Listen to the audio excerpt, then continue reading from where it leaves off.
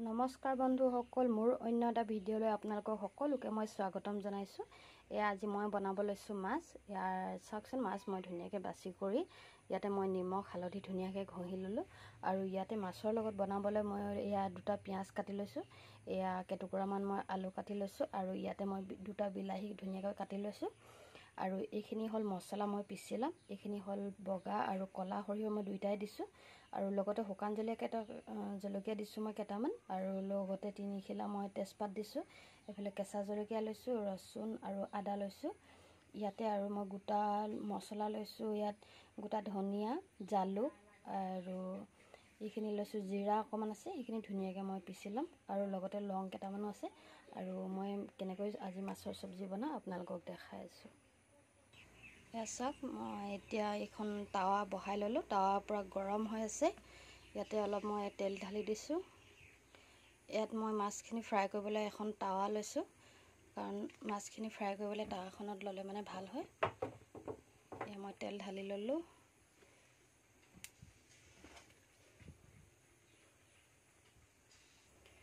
চাওক, তেল গৰম হৈ গ'ল। আৰু এতিয়া মই ধুনীয়াকৈ এজনী এজনীকৈ মাছখিনি দি দিম।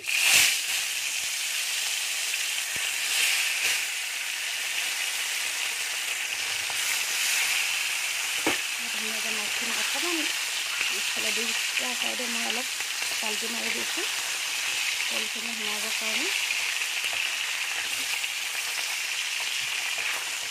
ধুনীয়াকৈ মাছখিনি মই ফ্ৰাই কৰি ল'ম। চাওক, আমাৰ মাছ ফ্ৰাই কৰি হৈ গ'ল। আৰু এইফালে মোৰ তেল গৰম আছে। ইয়াতে মই পিঁয়াজখিনি এতিয়া ঢালি দিম। পিঁয়াজখিনি দি অলপ মই সিজিবৰ কাৰণে দিম। পিঁয়াজখিনি ৰঙচুৱা হৈ যাব।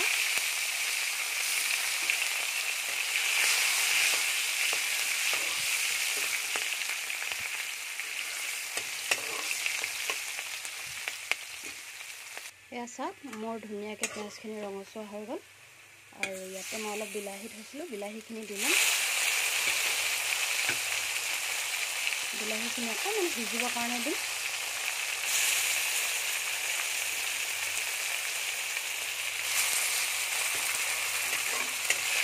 বিলাহীখিনি মই অলপ ধুনীয়াকৈ সিজিবৰ কাৰণে দিম। এতিয়া চাওক, বিলাহীখিনি ধুনীয়াকৈ সিজি গ'ল। আৰু ইয়াতে মই তেলতে অকণমান এতিয়া হালধি দি দিম। হালধি দি দিলোঁ আধা চামুচ। আৰু বিলাহীখিনি সোনকালে সিজিবৰ কাৰণে মই ইয়াতে নিমখ দি দিম ধুনীয়াকৈ। নিমখ দি লৈছোঁ মই। অলপ মাছত দিয়াই আছে, সেইটো কাৰণে অকণমান কম দিম। আৰু মই আধা চামুচ দি দিম। আধা চামুচ দি দিলোঁ। আৰু মই ধুনীয়াকৈ এতিয়া অলপ এইখিনি বিলাহীখিনি সিজিবৰ কাৰণে দিলোঁ। বিলাহী অলপ সিজিব ল'লে ইয়াতে মই এতিয়া যোনখিনি মছলা থৈছিলোঁ, মছলাখিনি ঢালি দিম। চাওক, মছলাখিনি মই ধুনীয়াকৈ পিচি ল'লোঁ। একেবাৰে মিহি নাই কৰা মই। এইখিনি ধুনীয়াকৈ মছলাখিনি অলপ ভাজি ল'ম। ভাজি পানীখিনি শুকাব দিম। চাওক, মছলাখিনি মই অলপ সিজিবৰ কাৰণে দিম। চাওক, মছলাখিনি ধুনীয়াকৈ সিজিবলৈ ল'লে। আৰু ইয়াতে মই অকণমান দি দিম, আধা চামুচ দি দিম মই জলকীয়া গুড়া দি দিছোঁ কালাৰটোৰ কাৰণে। আৰু ইয়াতে মই অকণমান গৰম মছলা দি দিম। আৰু আধা চামুচ মই গৰম মছলা দি দিছোঁ। এইখিনি মই এতিয়া ধুনীয়াকৈ যোনখিনি মই আলু অলপ বইল কৰি লৈছিলোঁ, সেই আলুখিনি ইয়াতে মই দি দিম। যিখিনি আলু ৰাখিছিলোঁ এইখিনি মই ইয়াতে ঢালি দিলোঁ। এইখিনি অকণমান মই সিজিবৰ কাৰণে দিম। আলুখিনি আৰু মছলাৰ লগত ধুনীয়াকৈ ভাজি ল'ম মই ধুনীয়াকৈ। আৰু অকণমান দিম, 5 মিনিটমান মই এতিয়া ইয়াত ভাজি লৈছোঁ। চাওক, ধুনীয়াকৈ মছলাখিনিৰ লগত আলুখিনি মই ভাজি ল'লোঁ। আৰু এইফালে মাছ ফ্ৰাই কৰি ল'লোঁ, ৰেডি আছে। আৰু ইয়াতে মই অলপ পানী থৈছোঁ। মই বেছিভাগ এনেকৈ মাছ মাংস বনালে অকণমান পানী দিবলগীয়া হ'লে কুহুমীয়া গৰম পানী দিওঁ, একেবাৰে ঠাণ্ডা পানী নিদিওঁ।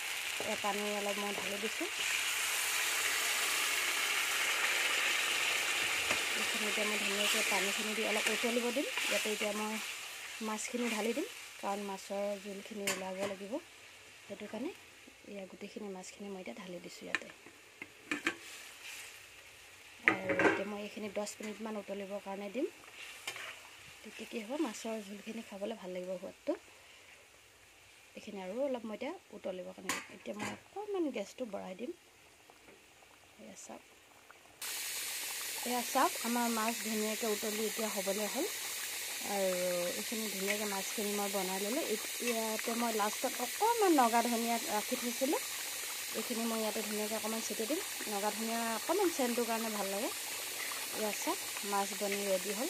আৰু ভিডিঅ'টো যদি কোনোবাই ভাল লাগে লাইক কৰিব, কমেণ্ট কৰিব আৰু শ্বেয়াৰ কৰিব আৰু চেনেলটো ছাবস্ক্ৰাইব দিব। এয়াই আছিল আজি মোৰ ভিডিঅ'।